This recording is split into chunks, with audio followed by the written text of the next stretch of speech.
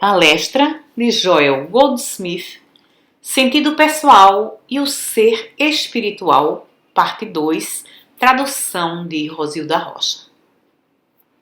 Eu nunca te deixarei, nunca te abandonarei. Eu, Pai, nunca deixarei o eu filho. E, portanto, quando conscientemente testemunhamos em nosso pensamento, quando habitamos conscientemente nessa comunhão, eu, Pai, e eu, Filho, nessa comunhão íntima do Ser Divino, tudo que o Pai tem me veste, me alimenta, me abriga, governa, mantém e sustenta. Paulo diz que devemos orar sem cessar. E essa é a única maneira na qual isso pode ser feito. Quando a oração é uma comunhão e quando, independentemente daquilo que estamos fazendo com os nossos lábios ou corpos, podemos reservar uma pequena parte de nossa consciência para nos lembrar constantemente: eu e o Pai somos um. A terra é do Senhor e a plenitude de tudo o que existe. Isso elimina todo o sentido pessoal do ser. Portanto, eu não tenho problema para vencer, não tenho animosidade ou ciúme. Nenhuma arma que é formada contra Deus pode prosperar. Então, somente quando eu e o Pai somos um, posso dizer que nenhuma arma formada contra mim pode prosperar. Desde que a terra é do Senhor e a plenitude de tudo o que existe, o Senhor é esse eu no centro do meu ser. Esse eu no centro do meu ser é a saúde do meu corpo, minha fortaleza, minha torre alta. Eu não preciso de qualquer segurança externa e não preciso ter medo de coisa alguma externa enquanto tenho esse eu no centro do meu ser. Enquanto estiver habitando no eu, no centro do meu ser, e enquanto estiver conscientemente deixando esse eu no centro do meu ser habitar em mim. Para onde poderei fugir desse eu? Se for para o céu, eu estou ali. Se fizer minha cama no inferno, eu estou ali. Se andar pelo vale da sombra da morte, eu estou ali. Porque eu vim para que eu tenha vida e tenha vida mais abundantemente. E assim eu habito no eu dentro de mim e mantenho esse eu habitando em mim conscientemente. Eu no Pai e o Pai em mim. Isso é a oração que não está buscando coisa alguma. Essa é a oração que não está mendigando, pleiteando, exigindo. Essa é a oração do reconhecimento, do relacionamento entre o eu Pai e o eu Filho. Essa é a oração de comunhão, habitar no Pai e deixar o Pai habitar em mim. E então, olhar para fora. Eu não tenho opiniões pessoais, porque agora o eu que eu sou vê verdadeiramente. E não vê presença alguma separada de Deus. Não vê poder algum separado de Deus. Aqui não existe o mal. Não conhece o mal, reconhece Deus, a consciência divina, como a individualidade de todo ser. A oração, muito frequentemente, tem sido uma tentativa de trazer a graça espiritual de Deus para o ser humano. E essa é a razão por que as orações não são atendidas. A tentativa de trazer a graça de Deus, a dádiva do Espírito para o homem cuja respiração está no próprio nariz, que não está debaixo da lei de Deus e, na verdade, não pode estar. Quando a oração é comunhão, quando a oração é um reconhecimento da natureza de Deus como onipresença, onisciência, onipotência, mais perto de mim do que minha própria respiração, então, em lugar de tentar trazer a graça espiritual de Deus para um conceito mortal do homem, nós estamos realmente, verdadeiramente em oração, na realização de nossa identidade espiritual.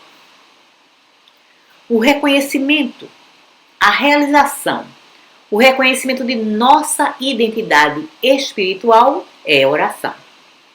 E é a oração que traz a graça espiritual de Deus para a experiência individual. Na realidade, nessa oração, nós estamos nos rendendo o nosso sentido pessoal do homem, em lugar de tentar trazer a graça de Deus para o sentido pessoal do homem. Sempre se lembre, a cura espiritual não significa tentar trazer o poder de Deus para o ser humano. Não significa tentar trazer as riquezas infinitas de Deus para um pobre mortal. Não significa fazer de Deus uma agência de emprego ou um conselheiro matrimonial. Significa realmente abdicar do sentido pessoal do ser, deixá-lo morrer, em lugar de tentar trazer a graça de Deus para ele. Só assim, então, o Filho de Deus pode ser levantado no lugar do Filho do Homem. Mas o Filho do Homem precisa morrer, e dessa morte surge a ressurreição, que é o Filho de Deus.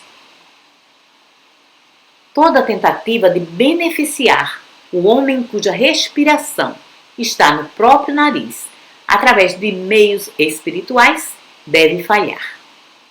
O homem cuja respiração está no próprio nariz, o homem natural, a criatura, precisa morrer para que a ressurreição aconteça e o Filho de Deus seja levantado. Onde eu estou, tu estás. Então, não mais temos saúde física ou riqueza material, mas temos a graça espiritual. E então descobrimos, como é literalmente verdade, que a tua graça é minha suficiência. Tua graça é minha suficiência. Tua graça é meu pão, carne, vinho e água. Minha vestimenta, moradia, companhia. Tua graça me preenche. Tua graça é o hobby invisível. Tua graça é o hobby que me faz invisível para a mente carnal, as crenças do mundo, a mente do homem.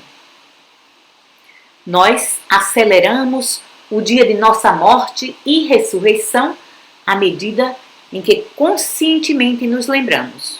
E observe, nos lembramos conscientemente de não julgar pelas aparências. Nos lembramos constantemente de que não devemos julgar pelo que vemos, ouvimos, saboreamos, tocamos, cheiramos. Mas que precisamos ficar serenos e deixar essa sabedoria interior nos revelar aquilo que está à nossa frente. Então, nesse momento de silêncio, nesse momento em que paramos de julgar, a sabedoria interior diz: esse é o meu filho amado, no qual me regozijo.